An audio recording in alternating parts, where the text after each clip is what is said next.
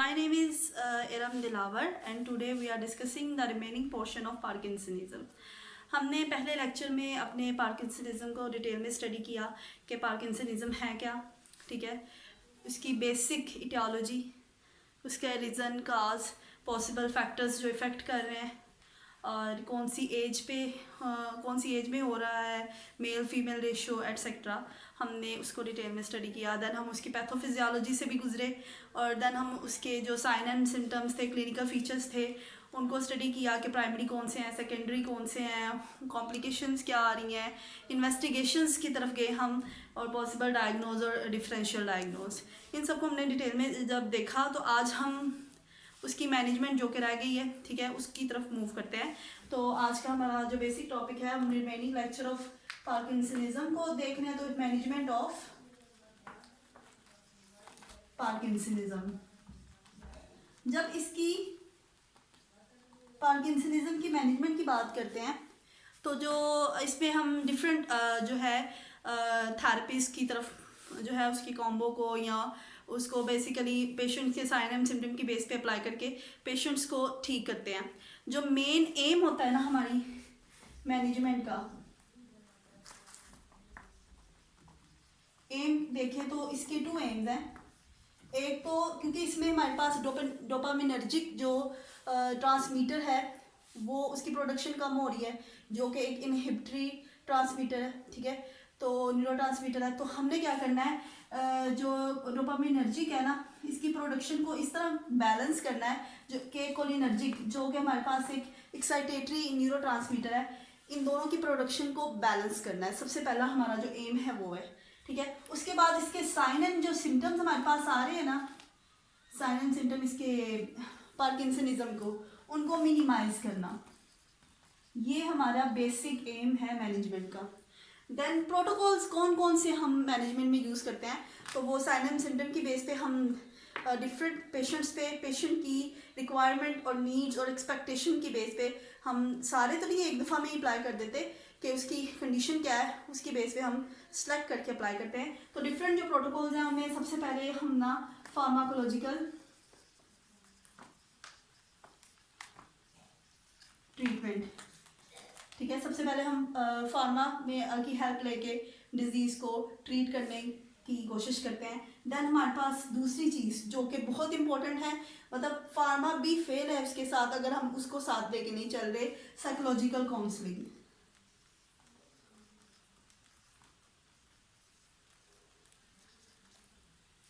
Then जो third पे आ जाता है हमारे पास मेन एम, जो कि पेशेंट की इंडिपेंडेंसी के लिए बहुत इंपॉर्टेंट है कि पेशेंट इंडिपेंडेंट लाइफ गुजारे, उसके लिए हम उसको पीटी की तरफ रेफर करते होते हैं। देन नेक्स्ट हम उसकी स्पीच थेरेपी करेंगे, और अगर इन सब चीज़ों के से भी आपको कोई ख़ास साइन एंड सिम्टम में डिक्रीज ना नज़र आए तो देन हम सर्जिकल प्रोसेस की तरफ मूव करते होते हैं। अब हमने इन सब को डिटेल में देखना है कि एक्चुअली में इन सब पॉइंट्स में कौन कौन से पॉसिबल मेथड हैं और कब कब वो पेशेंट की मैनेजमेंट में अप्लाई हो जाते हैं। सबसे पहले हम फार्माकोलॉजिकल मैनेजमेंट देखेंगे।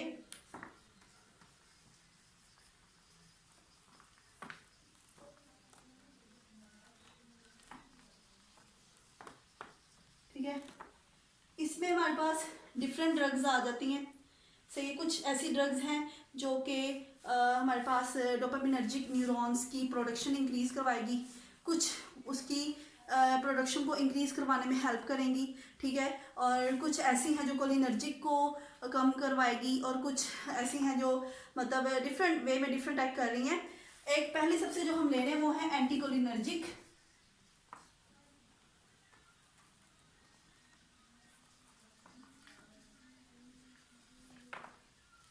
ड्रग। बेसिक इसका जो हमारे पास एम है एंटीकोलिनर्जिक देने का, जो हमारे पास ट्रेमर्स, वो जो शेकिंग हैंड था और जो रिजिडिटी के हमारे मसल्स बहुत ज़्यादा स्टिफ हो जाते हैं, सख्त हो जाते हैं, इसको ट्रीट करना। तो इसके लिए हमारे पास जो चीज़ आ रही है मेडिसिन जो हम यूज़ करेंगे उसमें हमारे पास एक तो होगी ब्रोमोहेक्सेन, ठीक है। 2.5 मिलीग्राम जो है हम इसकी टैबलेट्स यूज़ करते होते हैं। ब्रोमोहेक्सेन हम इसमें यूज़ करेंगे। इसके अलावा हम प्रोसाइक्लिडीन, ये भी 2.5 mg की ही टैबलेट हम यूज़ करते होते हैं। तो ये है एंटीकोलिनर्जिक ड्रग्स जो कि ट्रेमर और रिजिडिटी को मैनेज करने के लिए होती हैं। देन आ जाते हैं डोपामिनर्जिक एगोनिस्ट। ये वो वाली ड्रग्स हैं, ठीक है, जो कि हमारे पास जो डोपा है, डोपामिनर्जिक,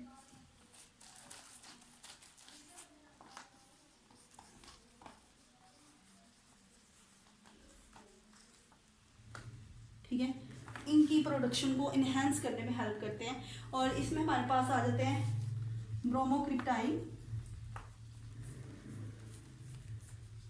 और एपोमॉर्फिन। हमने पहले देखा कि एंटीकोलिनर्जिक ड्रग्स कौन सी, या कोलिनर्जिक एगोनिस्ट को देखा, सॉरी डोपामिनर्जिक एगोनिस्ट को। अब हम देखेंगे नेक्स्ट जो है, जो कि प्रोडक्शन करवाएगी एल डोपा की, एगोन उसकी इन्हेंसमेंट नहीं करवाएगी बल्कि बेसिकली उसकी प्रोडक्शन करवाएगी, वो है एल डोपा, ठीक है। मेनली हमारे पास एल डोपा में हमने यूज़ करनी होती है साइमेट, ठीक है, ये वाली ड्रग हमने इस नेम से, ठीक है। और देन सेकंड वाली जो हमने यूज़ करनी होती है वो है मीडोपर, ठीक है। इसकी हमने लेनी होती है 250 mg की टैबलेट। और साथ में इसके हमने कार्बिडोपा भी, मतलब कार्बिडोपा अगर देंगे तो अच्छे रिजल्ट हमें मिलेंगे। एल डोपा के बाद हमारे पास आ जाता है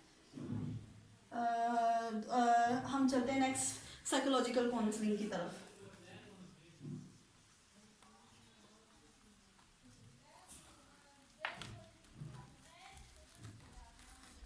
साइकोलॉजिकल काउंसलिंग पेशेंट की बेहतरी के लिए, मैनेजमेंट के लिए, पॉजिटिव रिजल्ट्स के लिए बहुत इम्पोर्टेंट चीज़ है, ठीक है।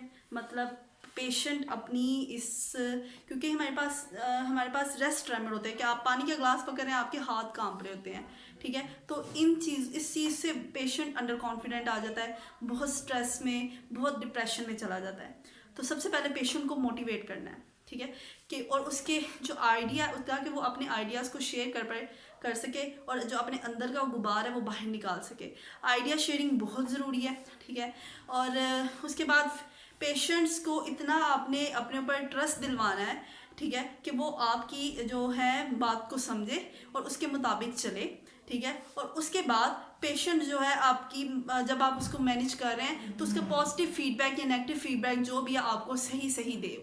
तो इस तरह साइकोलॉजिकल जो काउंसलिंग है उसके जो मेन पॉइंट है, मोटिवेशन होता है, ठीक है, मोटिवेशन। उसके बाद फीडबैक क्या है, और stress releasing, and then idea sharing. और ये साथ साथ लेके पेशेंट को चलना होता है। फिजिकल थेरेपी चाहे आप दे रहे हैं उसे, या फार्माकोलॉजिकल मैनेजमेंट पेशेंट पे अप्लाई कर रहे हैं, कोई भी ट्रीटमेंट अप्लाई कर रहे हैं, तो काउंसलिंग लाजमी करवाएं ताकि पेशेंट जो है हमारा जल्द रिकवर करे। देन हमने फार्माकोलॉजिकल काउंसलिंग देख ली, अब हम जाते हैं फिजियोथेरेपी ट्रीटमेंट की तरफ। जो फिजियोथेरेपी ट्रीटमेंट है इसके भी कुछ एम्स हैं, कुछ गोल्स हैं, ठीक है। फिजियोथेरेपी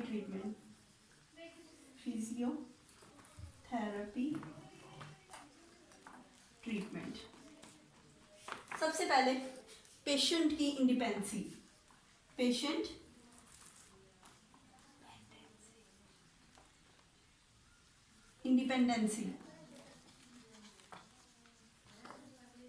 बहुत इंपॉर्टेंट है कि पेशेंट अपने एडीएल्स को, मतलब एक्टिविटीज ऑफ डेली लाइफ को खुद परफॉर्म करे, ठीक है। फंक्शनल पोटेंशियल उसका इम्प्रूव करवाना, कि वो अपने काम खुद करने की चाह रखता हो, ठीक है। एनर्जी कंजर्वेशन, उसको इस तरह के मोड सिखाना कि अपनी कम एनर्जी यूज़ करके वो अपने जो पर्सनल काम है या अपने जो भी एडीएल्स हैं, एक्टिविटीज़ ऑफ डेली लाइफ है, उनको परफॉर्म कर सके, ठीक है। उसके बाद आ जाता है जो सेकेंडरी कॉम्प्लिकेशन है, जो डिजीज़ है वो तो है, उसके साथ साथ जो कॉम्प्लिकेशंस आ रही हैं उनको मैनेज करना फिजियोथेरेपी में आ रहा है, ठीक है। उसके बाद हमारे पास इसमें आ जाता है कि जो डिफॉर्मिटी है उसको प्रिवेंट करना और फिजिकली फिट करना पेशेंट को। तो ये हमारे मेन गोल्स हैं, ठीक है। ऐसे गोल जिनकी बेस पे हमने फिजियोथेरेपी में जिनको हमने अपने फोकस में रखना होता है। इन गोल्स को कंप्लीट करने के लिए हमने जो पेशेंट को जब हमने therapy provide physical therapy provide कर रहे होना है ना, उसकी एक तो जॉइंट इंटीग्रिटी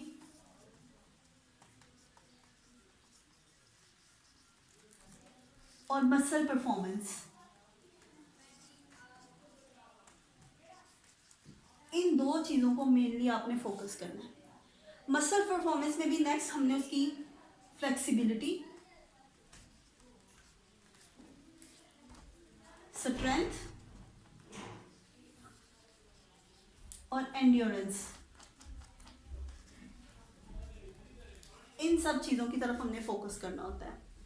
अब हम देखते हैं कि पॉसिबल जो एक्सरसाइजेज हैं, ठीक है, वो कौन कौन सी हैं जो हम पेशेंट पे परफॉर्म कर सकते हैं। क्योंकि पेशेंट जो मेनली आता है, मैंने आपको पहले भी बताया था, वो तब आता है हमारे पास जब सारी की सारी कश्ती डूब चुकी हो, क्रॉनिक स्टेज पे आता है हमारे पास maximum, not always, it's maximum. तो सबसे पहले हमने जो एक्सरसाइजेस करवानी होती है वो होती है स्ट्रेंथनिंग एक्सरसाइजेस, मतलब जिससे पेशेंट को स्ट्रेंथ मिले। देन स्ट्रेचिंग एक्सरसाइजेस, क्योंकि कई दफ़ा पेशेंट जो है, क्योंकि वो इतनी मूवमेंट परफॉर्म नहीं कर रहा होता, तो उसके मसल्स शॉर्ट हो जाते हैं। उन शॉर्ट मसल्स को दोबारा अपनी जो ओरिजिनल लेंथ है उधर लाने के लिए हमें स्ट्रेच वाली एक्सरसाइजेस परफॉर्म करनी पड़ती हैं। देन आ जाती है बैलेंस एक्सरसाइजेस, क्योंकि इसमें हमारे ब्रेन भी रिलेट है, तो पेशेंट अपना बैलेंस काफ़ी दफ़ा मेंटेन नहीं है। पेशेंट के बैलेंस में हमारे पास गेट एक्सरसाइजेस, और उसमें साथ में आ जाती होती हैं पोस्चर रिलेटेड एक्सरसाइजेस। इसमें हमारे पास जो है, इसके बाद स्ट्रेचिंग, स्ट्रेंथनिंग, बैलेंस, देन हमारे पास मास्क, फेशियल एक्सप्रेशन, क्योंकि इसमें हमारे पास वेटेड मास फेस आ जाता है ना, कि पेशेंट जो है अपने एक्सप्रेशन ही नहीं शो कर पाता, मतलब कि वो सरप्राइज हुआ है, सरप्राइज का एक अलग एक्सप्रेशन है, हैप्पीनेस का, सैडनेस का, तो जो नोज रिंकलिंग है, ये सब वो परफॉर्म नहीं कर पाता। तो मास फेशियल एक्सप्रेशन के बाद हमारे पास आ जाती है फ्लेक्सिबिलिटी एक्सरसाइजेस, इजीली मूव करें जिधर दिल करे। उसके बाद हमारे पास आ जाती है range of motion exercises, coordinated exercises,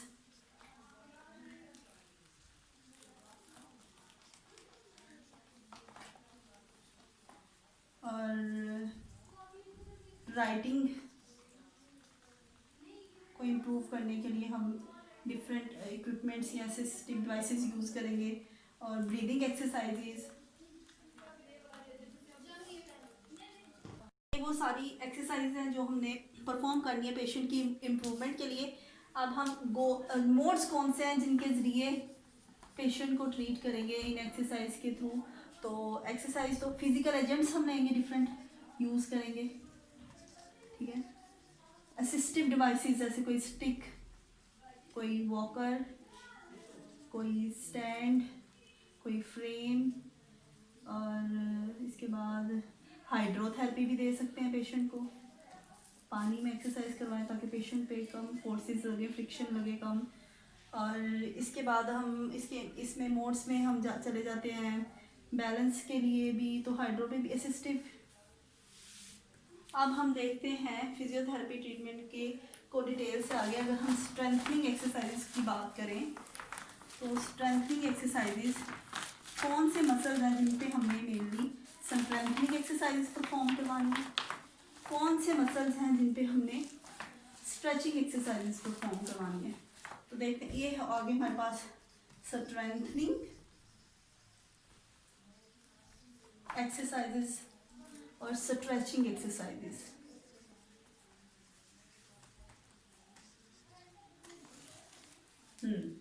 तो जितने भी एंटी ग्रेविटी मसल्स हैं उन पे स्ट्रेंथनिंग एक्सरसाइजेस परफॉर्म होंगी। एंड एंटी ग्रेविटी मसल्स में हमें पता है सारे हमारी बॉडी के एक्सटेंसर्स आते हैं, और एक्सटेंसर्स में हमारे पास नेक के एक्सटेंसर्स आ जाएंगे, बैक के, हिप के और नी के। दूसरी तरफ अगर स्ट्रेचिंग की बात करें तो इसमें सारे के सारे फ्लेक्सर्स, उसमें फ्लेक्सर्स में हमारे पास वही 4, नेक, और उसके बाद आ जाते हैं बैक, हिप एंड नी। और इसके अलावा जो शॉर्टेड मसल हैं उन पे भी हम किसी भी बॉडी के पोर्शन में जो शॉर्टेड मसल हैं उन पे भी यही परफॉर्म करेंगे स्ट्रेचिंग एक्सरसाइजेस।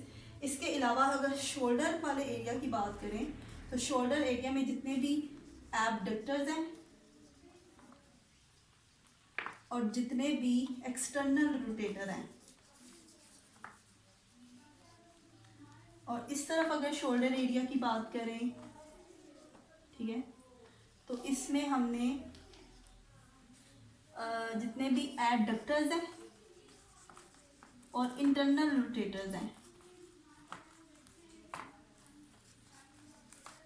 उन पे स्ट्रेचिंग एक्सरसाइजेस परफॉर्म करनी है।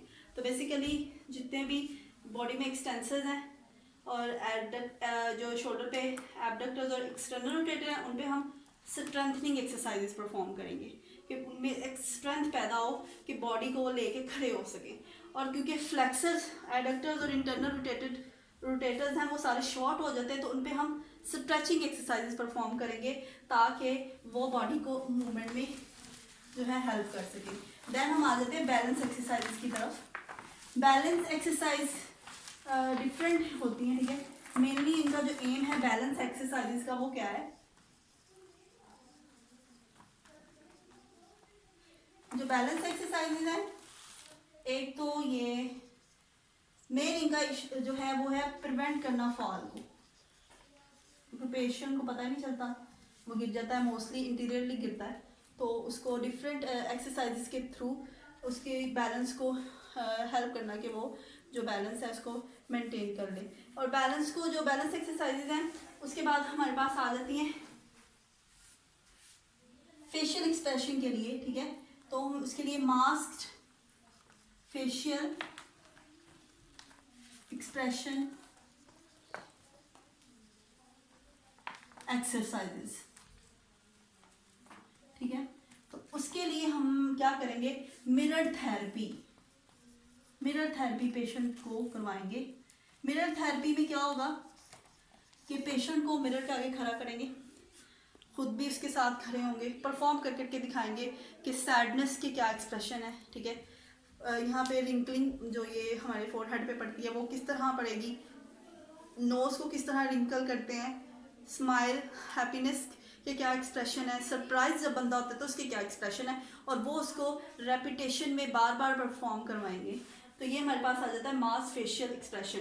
बैलेंस एक्सरसाइज की बात कर रहे थे कि ये ज़रूरी है प्रिवेंट करने के लिए फॉल के लिए। और बैलेंस एक्सरसाइज में फिर मैंने बात की थी कि पोस्चर एक्सरसाइज आ जाती हैं और उसमें गेट की आ जाती हैं। गेट एक्सरसाइज की अगर बात करूँ मैं, तो जो गेट एक्सरसाइज है यहाँ पे लिख लेते हैं।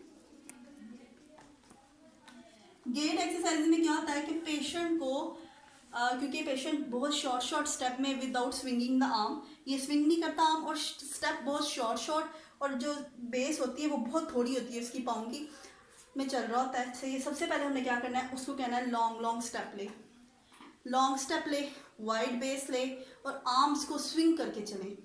और इसके लिए हमें क्या करना होगा, एक पूरा पाथवे बनाना होगा जिसपे हमने कुछ भी रखने देंगे, क्यू कार्ड्स या कोई मार्क लगा देंगे कि तुमने यहाँ पाँव रखना है, यहाँ पाँव रखना है, यहाँ रखना है, यहाँ रखना है, ठीक है। या कोई ब्लॉक्स रख देंगे कि इनके ऊपर पाँव रख के चलो, ठीक है। तो इस तरह हम उसकी गेट की परफॉर्मेंस को इंक्रीज करेंगे, सही है। उसके लिए हम क्या डिफरेंट जो क्यू यूज़ करते हैं, क्योंकि हमने पेशेंट को बताना है कि तुमने ये इस तरह चलना और पेशेंट चलेगा, लेकिन बताने के डिफरेंट मेथड्स हैं, ठीक है। विजुअल मतलब दिखा के, कोई मतलब निशान वगैरह लगा के, मार्क लगा के या ब्लॉक्स रख के। ऑडिटरी उसे क्या उसे कहते हैं, उसे मतलब बोल के कि ये इस तरह चलो, ये इस तरह चलो। तो फिर उसके बाद हम गेट के बाद चलते हैं पोस्चर पे। उसको अपना पोस्चर मेंटेन करना सिखाना है, ठीक है। पोस्चर के लिए हम क्या करते हैं, वॉल पुशअप करवाते हैं, ठीक है।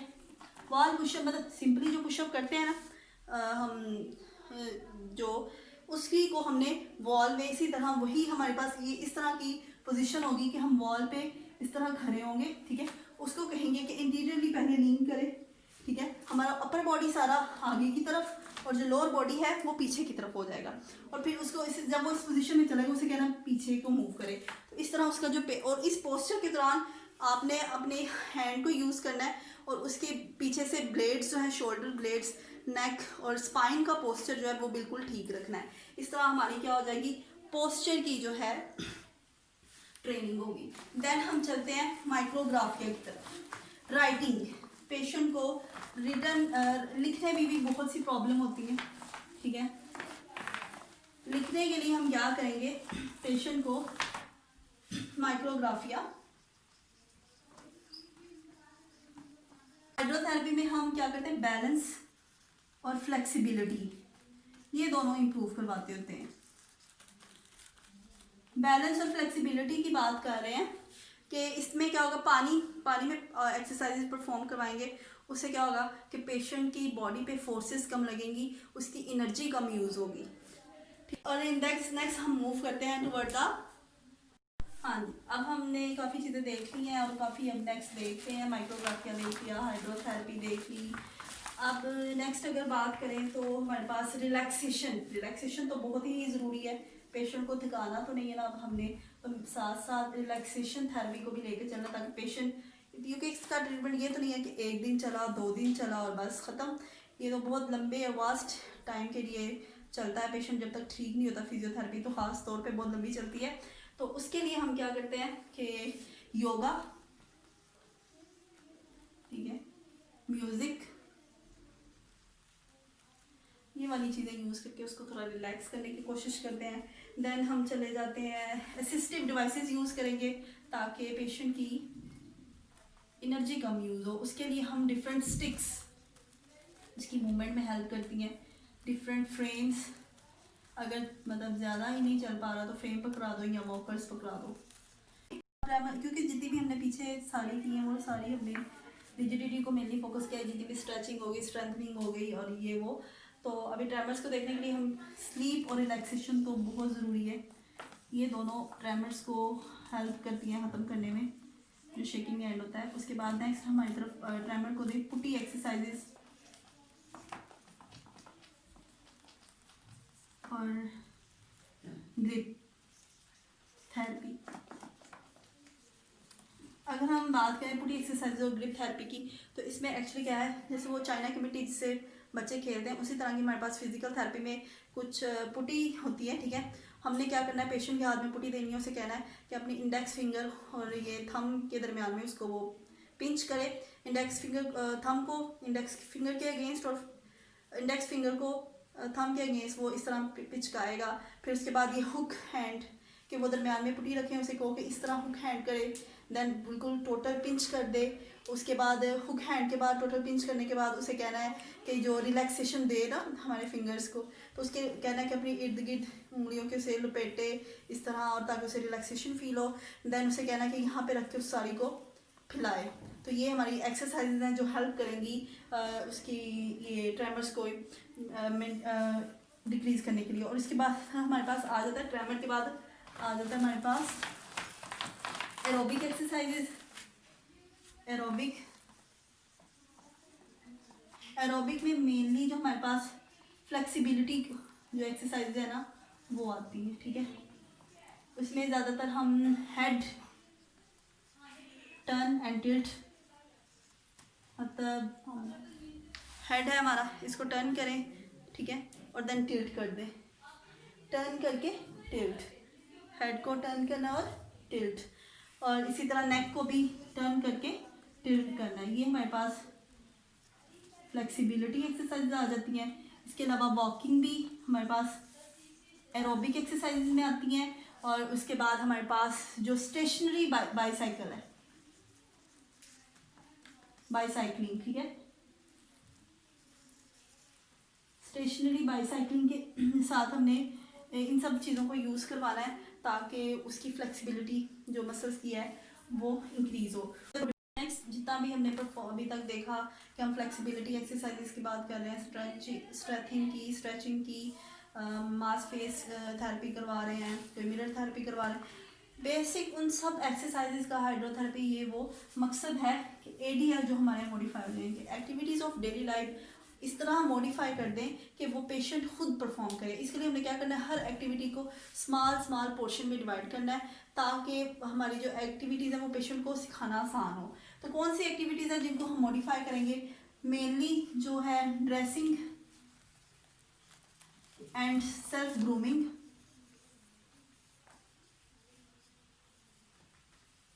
Eating and drinking, bathing and toileting,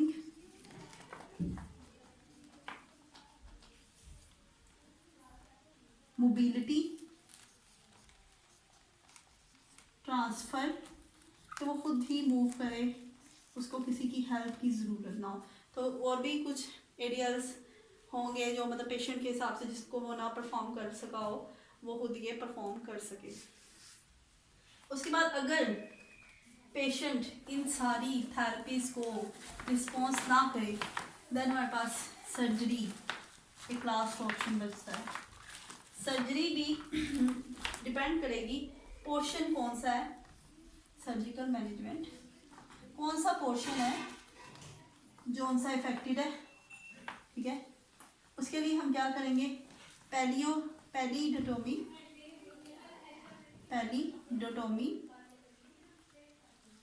या थैलामोटोमी या आप कह लें डीप मसल स्टिमुलेशन,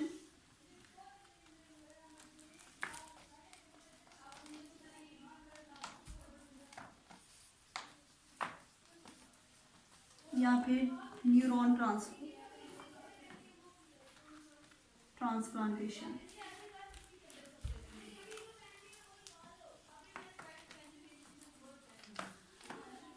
पैलीडोटोमी और ये थैलामोटोमी ये तो सिंपल, हमने वो मसल्स जो इफेक्टेड सेल है उनको रिमूव कर देना है, ठीक है, थैलेमस में से, ठीक है। और या दूसरे पोर्शन में से डीप मसल स्टिमुलेशन में क्या करना होता है, हमने जो है हमने एक जो हमारे पास रॉड है वो हमने ब्रेन में एंटर करना होता है, ठीक है। उससे क्या होगा, उसके लिए हमने इलेक्ट्रिकल इम्पल्सिस से ब्रेन के जो मसल्स हैं या ब्रेन के जो सेल्स हैं, जो टिश्यूज़ हैं, उनको हमने स्टिमुलेट करना है ताकि जो टिश्यूज़ हैं वो अपना फंक्शन परफॉर्म कर सके, डोपामीन की प्रोडक्शन कर सके। अगर ये भी काम नहीं करा तो फिर आता है न्यूरॉन ट्रांसप्लांटेशन। हम जो एम्ब्रियो है उसके मास्ट सेल का ट्रांसप्लांटेशन कर सकते हैं, ठीक है, मैस्ट सेल का। उसके बाद हम जो बेबी अबॉर्ट हो जाते हैं, ठीक है, एम्ब्रियो, उसकी एम्ब्रियोनिक सेल्स का ट्रांसप्लांटेशन करवा लेते हैं, एम्ब्रियोनिक सेल्स का। या फिर हम कोई भी पेशेंट जो है या कोई भी वॉलंटियर जो जिसकी डेथ हो रही हो वो पहले कंसेंट दे देता होता है और उसके जो है हम ब्रेन के जो सेल्स हैं वो एक्सट्रैक्ट करके इफेक्टेड पेशेंट में वो है जो हम ट्रांसफ़र करवाते हैं।